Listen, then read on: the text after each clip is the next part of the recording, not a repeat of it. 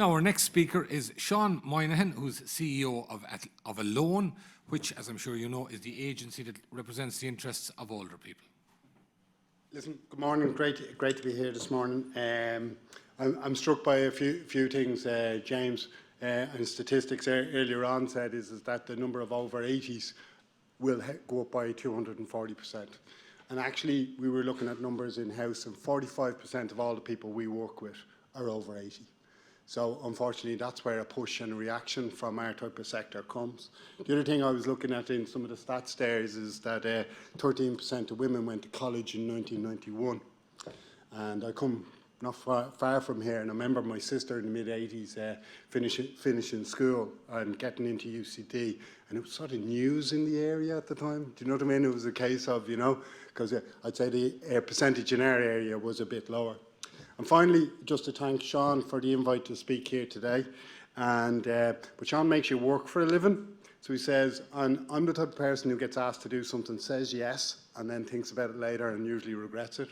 So the last time I was here, actually 3 weeks ago, I abseiled off the building. Another time I said yes and maybe should have thought about it a bit more. But Seán asked, and then of course you say yes, and then he says, well, we need around 6,000 words because you have to do it before publication rather than a PowerPoint. So I'm waiting on my results now. Will I get it? I'm hoping for a 2-2 at least, Seán. Do you know what I mean? So we see how we get on, you know. So listen, I'm going to cover, I suppose, the challenges of success. We have an older population. The graph on people living is longer, and that's the best outcome, let's be honest, right? So ultimately is that produces some challenges. And where I'm going to cover 3 or 4 areas today, obviously we won't be able to get into huge depth in all of them because we're going to cover a few. But as I said, look, it's great to be here, appreciate, hard to follow Colette, but also just to acknowledge the room here. You know, an awful lot of people here, you know, and recognised faces have been involved in social justice campaigning and all of that for an awful long time. And ultimately is you hold a huge ground that is really important. And the voice of that is never more important than it is now, you know. And another, where we support older people to age at home, I suppose the thing I'd like to say in some ways is I wish we weren't a charity. You know, I wish nobody over 70 had to come and rely on that support. You know, a lot of people who come to us have had struggles all their lives, and old age has made it a little bit difficult. For others, it's things that have happened along the way, whether that's bereavement, whether that's financial issues, whether that's health issues. And ultimately, being a charity has effect on the people we serve and how they feel about it, but also has an effect on us, how as an organisation we're perceived, how we're treated, how we're supported. So I think it's something, you know, that we need to be conscious for ourselves of always, because we want people, regardless of circumstances, to get the best service they can get. And in some ways we're always challenging ourselves, both our staff and our volunteers, that ultimately is to try and look at ourselves more as an NGO and a service provider than necessarily a charity, which is the only legal status available to us. I think, I think for this room here, the main thing is whether it's an ageing population, whether it's health and housing, where this room and the people here is your job is to help people like me, you know, and also to educate us to get the language, that we get the narrative back on housing, we get the narrative back on health and ageing, that ultimately maybe has been lost. You know, people mentioned privatisation and commercialisation of housing.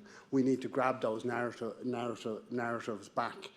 I always think, I was 30 before I came into working into social care, and I think coming into social care changed me. And I think everybody I ever come in contact, people who come and volunteer for us, and we've over 2,000 now, they know that coming in contact with people actually changes our view. And part of our role, I think, is for people who maybe don't understand what we say, our job is to try and teach them and bring them and let them come in contact with that. So ultimately is you know, we can get control of that narrative and ultimately plan for the future. I suppose it's good to start with a person. And this is actually Doreen, she's 85. I'm always struck, when I saw this picture, and I'm always struck that no matter what age, they seem to have institutional chairs no matter where you go.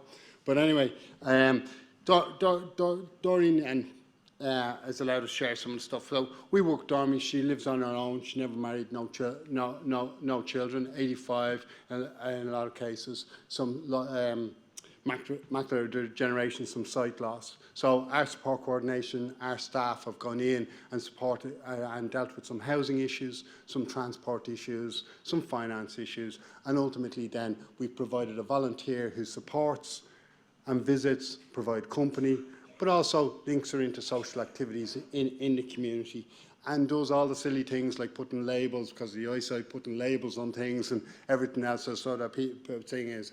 And ultimately is where Doreen would be in hospital because of certain frailty issues a couple of weeks a year. She spends most of the time at home, and ultimately we wrap the support part around it.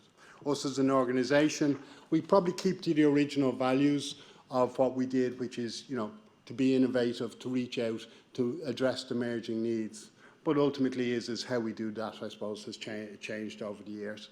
My own philosophy is all about, like, is about not going around blame. It's not a matter of staff good, or shall we say volunteers good, staff bad, or statutory good, or, you know, NGOs, you know, sorry, should I say NGOs good, statutory is bad. I think there's good people in every walk of life, and ultimately is we're always looking to connect with them, and ultimately is create a philosophy where if we can expose and the facts back us up, we can bring about the changes that we want. So I think just outline a couple of challenges that come from the success of an ageing population is housing and living conditions, housing support, and the ability to age in place. The ability of all the Doreens to get those supports, whether it's health or social, in their own community, in their own home. Loneliness, a huge emerging need, and I'll come back to it. Finance and pensions and planning for the future, looking at the stats there. Technology, which I actually think is we can use to turn the whole system on its head.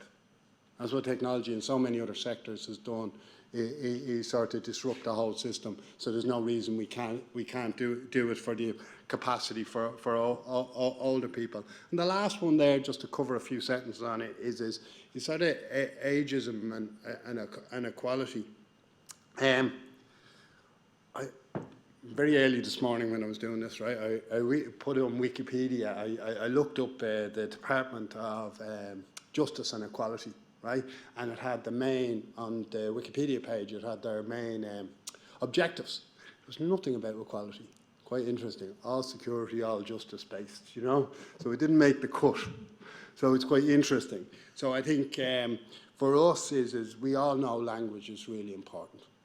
We in this room more than anybody else. We also know that whether you take the US or the UK, things that are said 5 years ago are things that are being said now you couldn't say 5 years ago. I think if we look a different way in this room where the influence is and social policy, what we've got to be looking at is the things we want people to say in 5 years, the change we want to bring. And I think in ageism and in the language we use around older people, we need to get a policy on where that's going to be through the department. And I think the other thing is there's things like the National Positive Ageing Strategy, but it's 6 years old and it, as such, has no funding, and it's left to a lot of partnership work going on, but no actual funding to bring it around, even though you see the large graphs of the impact of an aging society. And just I was looking, I didn't know you were chairing today, so thank God I pulled these out of the paper, and I was looking at it earlier saying, is there anything from the examiner? So there you go. Anyway, a small bit of panic, but anyway, got myself into trouble again. Anyway, so I think the thing is oh, there is actually, I'm sorry, there is, I apologise, there is, I'm rereading my own stuff. But I think what we've got there is that ultimately the most positive story there is at the end, which is about people being active in the workplace, and they still managed to put ancient in the sentence. Do you know? So I think we're really a little bit immune to this. Do you know what I mean? The pictures of the hands, the bed blockers, the language around that. Do you know, bed blockers is going out now, and now we're talking about delayed discharges. Do you know, so have we changed the language now in some areas, but not the systems? Do you know what I mean? And I think that the point is to me, what this all does is it attributes blame to an individual. Do you know what I mean? Whether you're consuming pensions or health services or everything else is, if this language is a thing. And I think this is where we need to claim the narrative, and we need, for any of these issues, if we want the changes, whether it's in housing or health or any of these things that's around older people, we have to get the language. I'm always struck that basically is the amount of older people and children living in deprived circumstances, but it's not really in the chatter of people. You know, I don't know about you, but a lot of my friends, as soon as, you know, I start talking any of these stats or facts, you know, you know, you could be on a match day here, if you bring anything up, like, people shut down a little bit, and we have to grab hold of that, you know. And really what we have to say, that an ageing population is neither a catastrophe, you know, it's not a catastrophe, it's not a time bomb. It's a positive, it's the best outcome we can achieve, and it is success, you know. So ultimately, for these challenges to be addressed, we've got to get rid of pension time bombs and the wrinkles and all the hands. So, moving into facing some of the challenges, right? So, I think around housing, I've got this in a different order, but anyway, that's fine. I suppose, go back to people again, and this is Joseph and Anne, even though it's a nice couple, nice picture of them, they're not actually a couple, right? But they're people who've ended up in our housing, coming from different directions, you know? So, Joseph ended up in homeless services because of notice to quit. And unfortunately for us, that is a huge thing. Older people have always struggled in high rents. And I remember years ago, we ran a campaign called We're Not Going Back, because ultimately as people ended up in the poorest conditions, in the smallest, in the cramped. And ultimately he fell at that. And we have people now coming, you know, doing the couch surfing in their 70s. We have hundreds of people on notices to quit. Compared to the Clwyd, we're a relatively small approved housing body, but literally for every house, because we also do the support elements, we've got 100 to 200 people, depending on the location, looking for each house. And that is just building up underneath the surface. It's just building up underneath up the surface. And Anne came ultimately from us, from a similar, but ultimately is we took her out of a private renter who was really in just really poor conditions, when her health and her frailty meant that she couldn't stay there any longer. I always feel, you know, it's hard to get notice to quit probably in your 30s. It's really sort of fairly savage in your 80s, and so much of this stuff comes around safety and security, and people realising that there's a difference between renting as we go to a society that the graph around house ownership drops at a percentage a year, and everything else is, you know, there's an awful lot of people very concerned in their mid-50s, all wondering, like, will they ever get to retire? What will happen to them? If they ever get sick, what will happen to them? And that's the fear people are living with. And I think we ignore the fact that the part of the dynamic around housing is power. Your landlord is a very powerful individual in your life. Do you know what I mean? And if something goes wrong on your journey of life, which it does for most of us at some stage, and bumps in the road, it's how do you deal with that? Do you know? And so I can go backwards as well as forward. Right, so I think the point in trying to get across is the housing crisis of what people are talking about really is there, and I'll come back to it in a second, is really there also for older people. The whole social transfer, the whole social protection system is all based on house ownership, and as that changes, we're going to have to play. We still, I think, again, taking the ability for us to bring about change. Recently, under National Positive Ageing Strategy, involved with 15 organisations, we were looking at the grant scheme, and this is where we took it on, was because I have a different version of this, would you believe? Anyway, so, sorry, I have a different version here than there. Anyway, so listen, these things happen. So what I'd say to you is under the HAPPY schemes, what you have is around, or under the HAPPY data, the government data, around 25% of older people have housing difficulty problems. and around 20% of facility problems. So ultimately, we took on a piece of work for the Department of Health, and we got 15 agencies all to map, and we mapped every scheme or every local authority what was done, and we found each one had the grant scheme and did it differently. We've produced new forms. Social Justice Ireland were involved in it, 30 organisations ultimately and now we've got some process. And the challenging thing for all of us is we had to define the problem. We then had to demonstrate the solutions. We then had to present it. We had to then go round to the different departments affected by it. And then ultimately we bring about the change. That's a big burden to put on all of us, but it's probably the thing we're going to have to do if we want a lot of what's outlined to be changed, to be done, rather than we have to take it all the way to actually handing people the solutions and really showing them what can be done. So, on housing, demand. So again, with Social Justice Ireland and a few other people, we did a housing demand for the next 10 years for older people. And what you suddenly realise is the numbers are getting into the size and scale of rebuilding Ireland with that ageing population. And I think if I look at two ends, if I look at the end, the grant scheme we were saying is around 84 million, so we can get people so they can stay in their own homes. You're looking there and a huge opportunity. People talk about downsizing. It's really we talk about right sizing because it's really the size that suits people, and some people need slightly bigger now, older age. But ultimately, that produces an opportunity maybe of 59,000 units. Depends what studies you read, whether 10 or 15% of older people would right size if it was in their community. And that produces an opportunity maybe for, could be the private sector, it could be for the larger AHBs to produce something there. And I think if you look at the social housing demand, we're looking there at around 41,000 units. I think the reality of it is the graph on homelessness that Colette showed earlier for older people is on the rise sharply. But it's only because that it isn't. The reason we don't have older people's hubs, just responding to that at the moment, is because for 20, 30, 40 years, the councils built housing for older people. Special needs housing was older people, homeless and disabilities. And we knew that. Sometimes we have to look back to relearn what we forget, and it has to re-emerge. And so ultimately we knew that. And we have to go back and rebuild them now, because other than that, we will have those homeless hubs for older people within the next 4 to 5 years. It's building up underneath. So what I'd say to you is, and we can do that.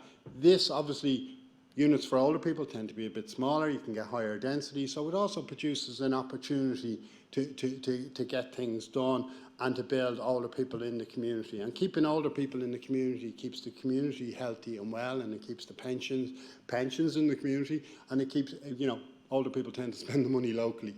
So what I'd say to you there is for us, we're looking at those demands.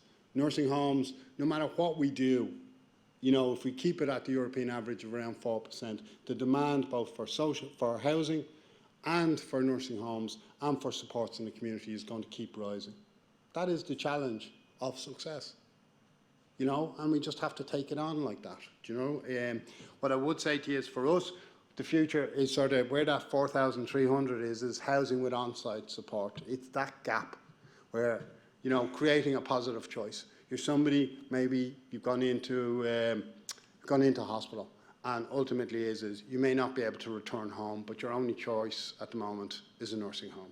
And we produce housing, people's own front doors, where we have the supports on site, and we produce a positive choice in what might be a challenging situation, or somebody at home who for certain reasons can't stay there. So for us, what we'll do is try and produce that.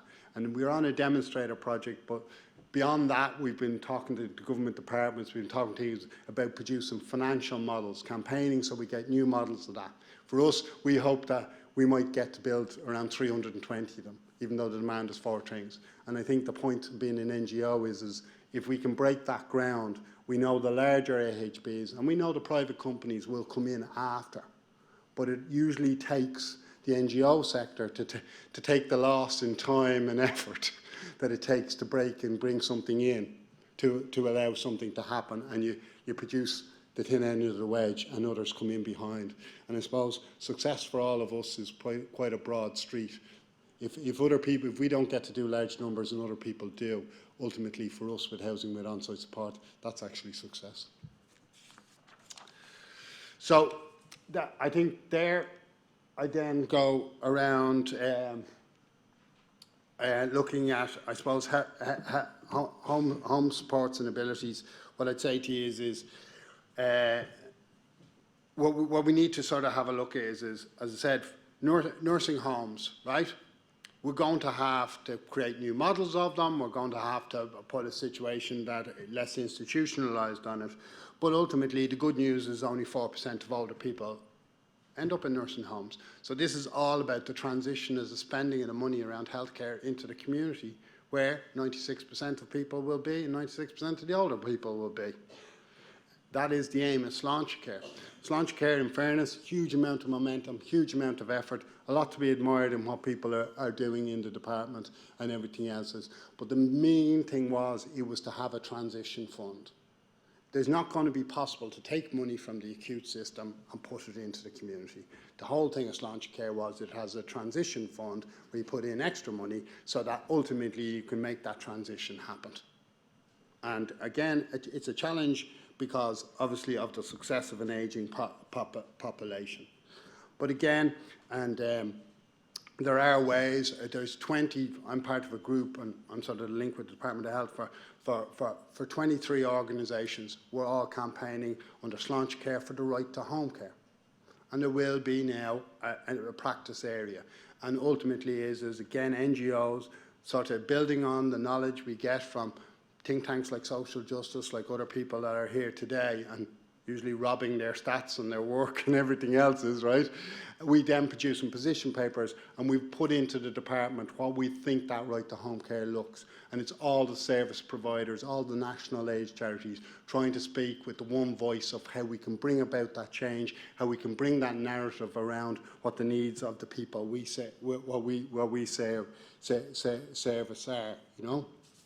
And so ultimately is how do we do that, you know? And so much of what we're trying to do is again turn around and say that ultimately is it's about building the infrastructure to bring people home, and home care is that strategic anchor to make that happen. And that again is part of the success of ageing, is that a percentage of people will be frail. And I'm always interested in, you know, in the stats and lingo bingo that goes on.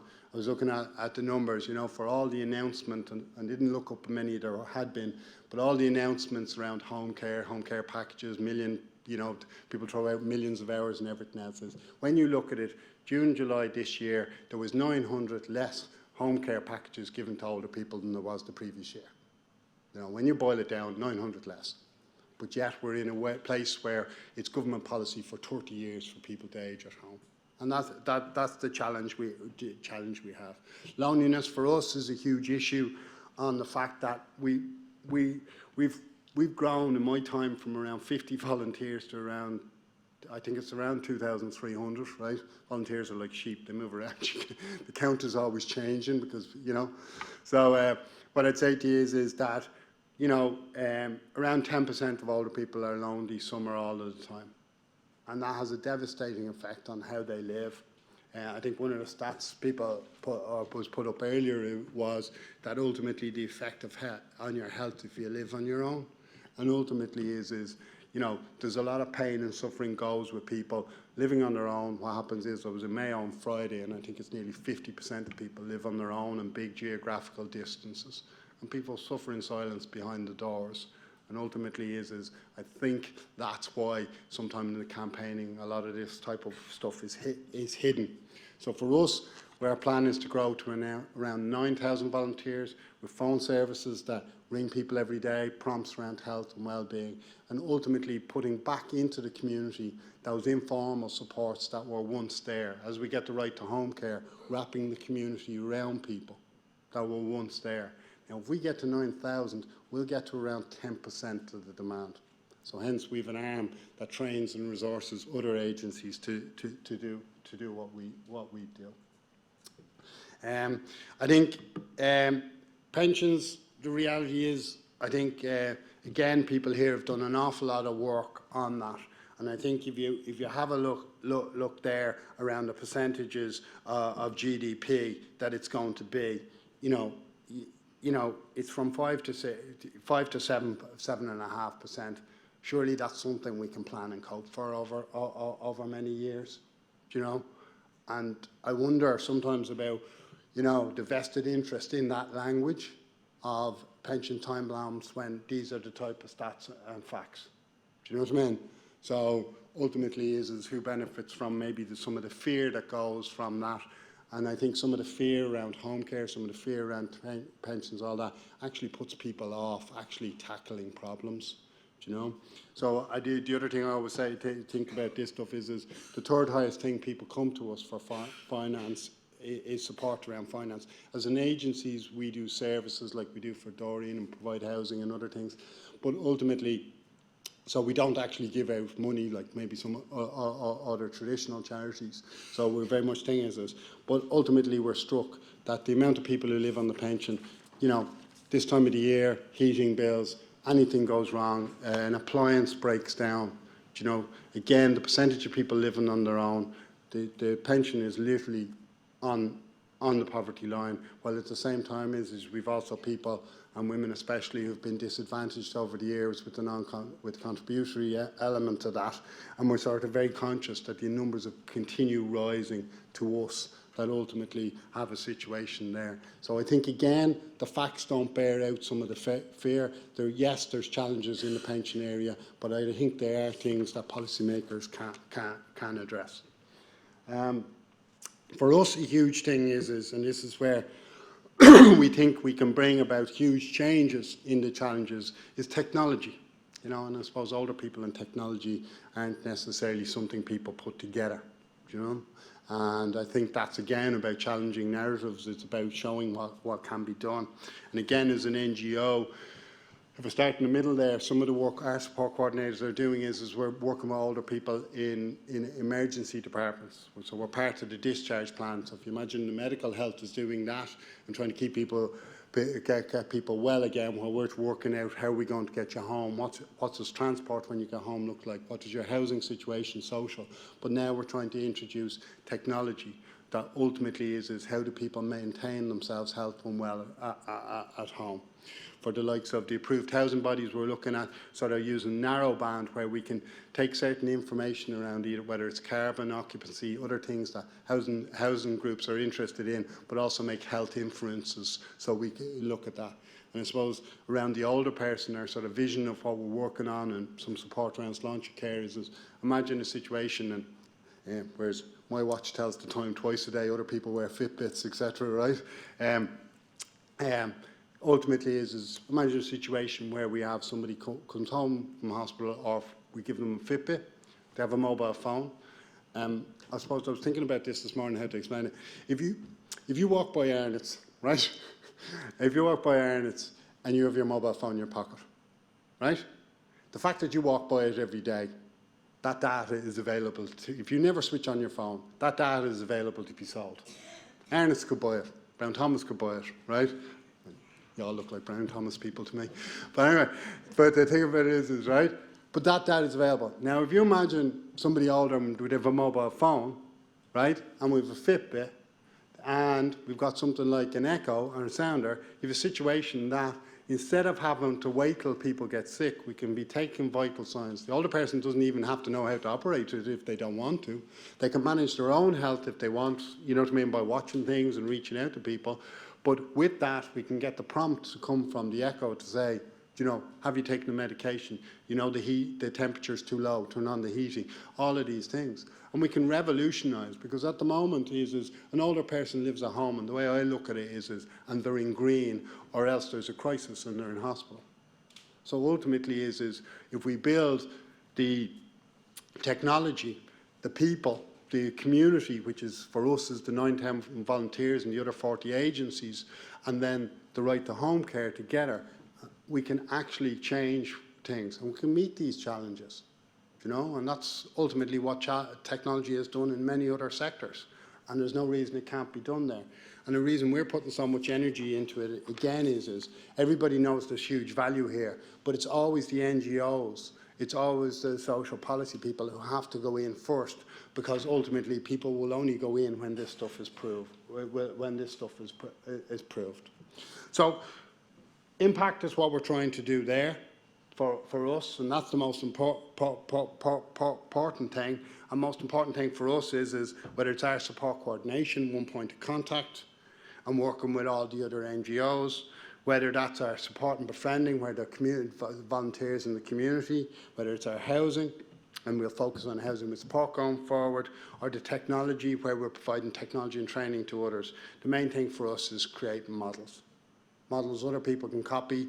You know, we've around 20 organisations use the same management information system we've built. So then the idea is whether you're in an area we operate around the country or you're somebody else, that you get the same service. We're trying to get the approved housing bodies to sort of anybody who's providing housing to realise that you need support. So if we create the support coordination, the phone service, the volunteers, and we get people to operate by area rather than the 400 approved housing bodies all getting support workers themselves. Because again, with that graph, everybody's going to have people who are over 80 or people who are going to have frailty issues, and that's just a challenge of success.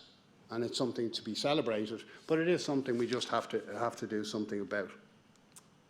And again, learning from a lot of people in this room, we set off to say, well, capacity is a problem. So we set off on a project around mapping. And we nicked a staff member from the Department of Health who'd been working on stuff for a few years. And ultimately what we've been doing is, where are all the over 65s, where are the over 75s, where are the over 85s, where are the hotspots? Then we look at your economic social position. It's usually, unfortunately, a predictor of your health. I was amazed reading something from Tilda that the economic social position of your parents at 5 actually is worth 2 years of your life, which is really a bit scary. Do you know what I mean? But so what we're doing is mapping where that is, where all the older people are things. So as we roll out services, what we're doing is we're going into where the older people are first. And we're looking at people who can't drive, the areas who can't drive and everything else. And with that, we're mapping where the housing needs are for older people, where the housing with on-site support needs are with that. But also then it allows us to start the conversation with the other NGOs. You've got one that struck me, a conversation recently was in Offaly, and there was 4 phone services that support older people in Offaly, and somehow they managed not to cover the whole of Offaly, right? So ultimately is we all sat down, we just realigned everybody's geography. We said, look, we won't run a phone service in Offaly. We provide them with the technology to do it, and then what we did is we wrapped around visiting volunteers and support coordination. And that, I think, is the future for the NGO sector. That's what we're trying to do, because the capacity is beyond any organisation. But if we're going to have the belief that we can meet these challenges and support our old population, it's about doing things a little bit differently than we would. And it is that thing of creating models where you think nationally and act locally, and use the capacity that's in the community, while also using the data. That's just a list of sort of partnerships and some of the people we're working with around the country, just to illustrate the point. I think the thing that we have on this is, I suppose, that's our strategic plan for the next few years. But the main thing what we're trying to do is create a network that links into the older people, or that the older people can reach out into when they require it. And whether that we can get multiple strategies down through the front door. I sometimes look at it as a bit like connecting all the people, a bit like being the ESB, going back to the previous partnership sides. There's lots of great services people do that we don't do. But ultimately, maybe we've contact with a lot of the older people. So ultimately, is we want to, when we go through the front door, bring all their services. When they go through the front door, bring ours. And ultimately, that's what we're trying to do. So, in summary, and I'm looking at a different summary. So anyway, that's my fault. I must have sent over the wrong one. Okay, I suppose in summary, what we're trying to do is get the statutory home care scheme to meet the challenges. We're really supportive of the likes of Sláinte Care. In fairness to government parties, cross-party came together and did something really good. Ultimately now is we've got to give them the courage to actually implement it and the encouragement to implement it. We need to look at the housing options for older people, and we need to realise that there's huge demand there, and that ultimately the next Rebuilding Ireland, if that's not some type of heresy to suggest there'd be another one, right, is that it focuses on an older and ageing populations and the singles and the couples, and that ultimately from that we solve the housing crisis from that, and that ultimately we need the services there, and that, you know, that the state pension is benchmarked and planned for. And that ultimately is that structures and things like the National Positive Ageing Strategy, we produce an implementation structure. Lastly, I'd say is it's really about changing a mindset. These are challenges, yes, but they're not beyond the capabilities of the individuals in this room and in other rooms. And ultimately is people here are so much of the avant-garde of setting the narrative, and I think that's nearly the most important thing we need, is to get the language right, get the vision right, because I honestly believe there are people in so many of the statutories want to achieve these things. I also believe that the general public want the same things we want, because they also want them for their families and friends, and ultimately is we have to help to make that possible. Thank you.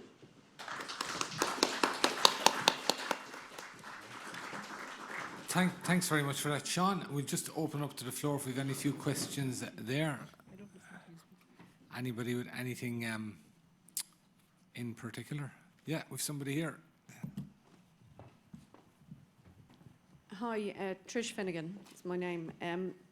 I was very struck about what Seán said about supported accommodation for older people. And it really was brought home to me this week when I watched my dad's in hospital with a broken hip, and the two of them live alone in Palmerstown in a big house and would be very willing to downsize, but their community is Palmerstown and there's nowhere for them to downsize within Palmerstown. So they stay in the big house that now will probably need to be reconfigured for hopefully only a short time until Dad gets back on his feet. But my point really is that Palmerstown is an old estate. It's there since the beginning of the 60s, but no forward planning even back then to the needs of older people within that community that want to stay. I mean, your statistic was that 15 to 25% would right size if they could. But there's nowhere for them to stay within their own community to do that. So is there anything in Rebuilding Ireland that looks at that? Probably not. Well, I think that's the thing we have to campaign for. We have to look at it. If somebody's building a new estate, we need 1, 2s, 3s and 4s. So depending on the demographics of the area, so when people get older, they can downsize in their own estates if we're building estates and schemes. Doesn't matter if that's local authority or approved housing bodies. And the other thing is the housing with on-site supports is something, and move 2 chairs up, and Karen from the Irish Council for Social Housing be deeply involved in with other people like ourselves is about creating new models where we actually look and we say there's a gap there and we need to build that. So if somebody can't stay at home, or a couple can't stay at home, or one individual, we keep them in the community rather than necessarily having no choices other than nursing homes. But again, it's about looking at those challenges from the demographics. The census produces the data. It is about a change of mindset and planning, and ultimately us influencing people to actually follow what is actually needed by the community. Okay. Just on that issue, Seán, another element that strikes me in terms of older people living alone outside the cities, and very often in the hinterlands of towns that themselves have been emptied out, and the potential there for having a model whereby you can attract older people into their local town. They're staying in the community, you can repopulate the town, and you renovate the existing housing stock there. I'm amazed that hasn't been exploited more. Well, part of that mapping thing is we were mapping all the housing needs, including this housing with on-site support. And so we've around 5 staff up in Donegal, and it was a good place to start with it because it's geographical, and it's got the same thing, high percentage thing is. And we found that doing the data is there was probably 4 locations in Donegal where you could, because we took the council data, but we took all the HSE data, we laid it on top of each other. There was 4 towns where you could actually put this thing, put housing with on-site support. And as you say, you're going to bring 25 to 30 pensions into the small town, keep people in their communities, everything else is, and then revitalise. So there's a lot of things we can do here. But even places as Mayo, Donegal, these things still hold. It's just a slightly tweak to the model. In urban areas, naturally, you're going to do things a little bit higher density and do these because there's space and all of that. But ultimately is the demand is out there, but so is our capability to do it. I saw somebody, with somebody here. Hi, it's Karen Murphy here from the Irish Council for Social Housing. Just as Sean mentioned it there, I'll come in on that issue around the supported housing for older people. There is a new government strategy, which wasn't part of the original Rebuilding Ireland, which is housing for our ageing population. And a number of organisations have been campaigning for this new kind of strategy on housing for older people.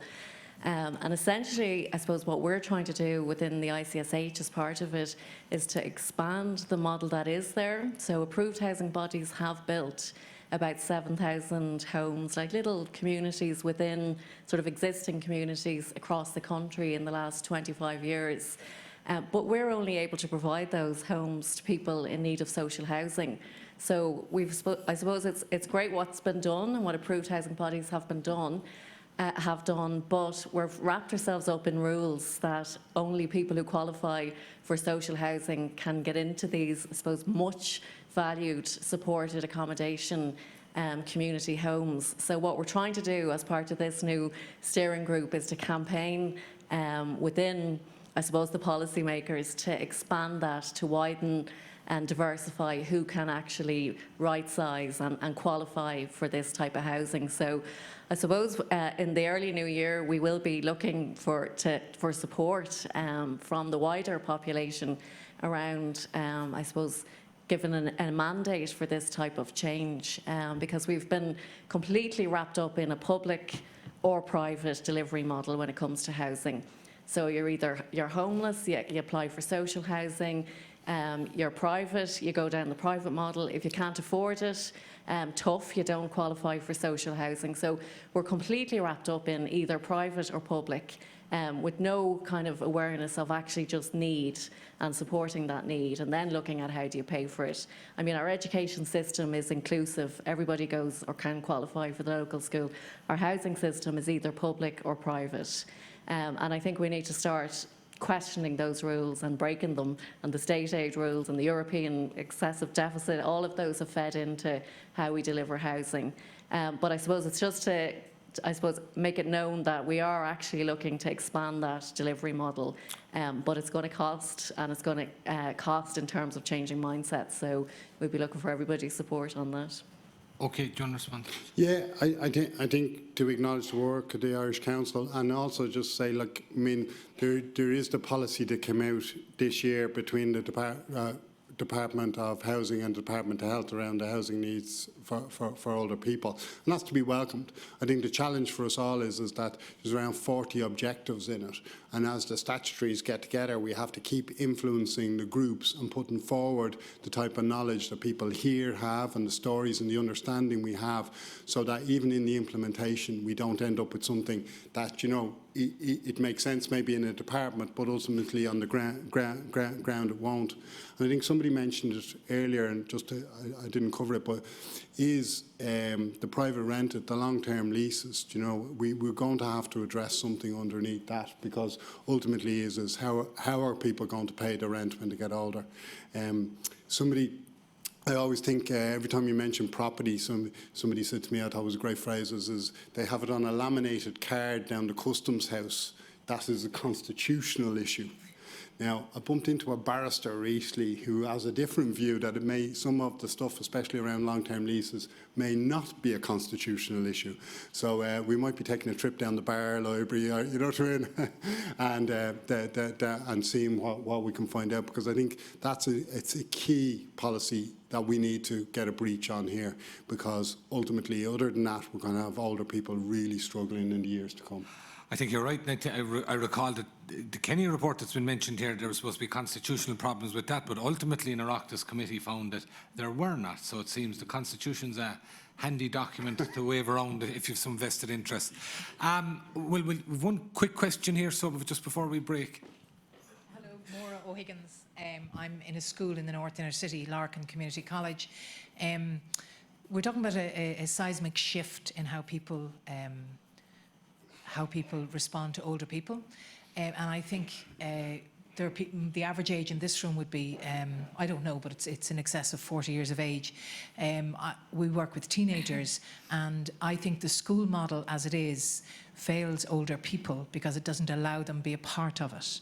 And I think if we reimagine education where older people are the wise ones coming in as the educators alongside those who are professionally trained, because particularly in relation to migrant people coming to this country, an awful lot of them are coming without the older people in their lives, and then they begin to forget what it is to be an older person because they don't have that influence, and then they don't prioritise older people. And I think if we reimagined education so that older people were an integral part of it, it would also help with the loneliness. And then children would learn how important it is for these older people to have the same rights they have. Yeah, I think there's a lot in that, and I think the first thing is I like the average age around 40. I'm going to go with that. And also to say, at one stage a long time ago, I worked on Seán McDermott Street, so I know Larkin College, and it's a fine school, and it's done huge work in the inner city, and it invites older people in, and has had Christmas parties and all types of stuff. So just to acknowledge that, I think the thing is for us, I suppose.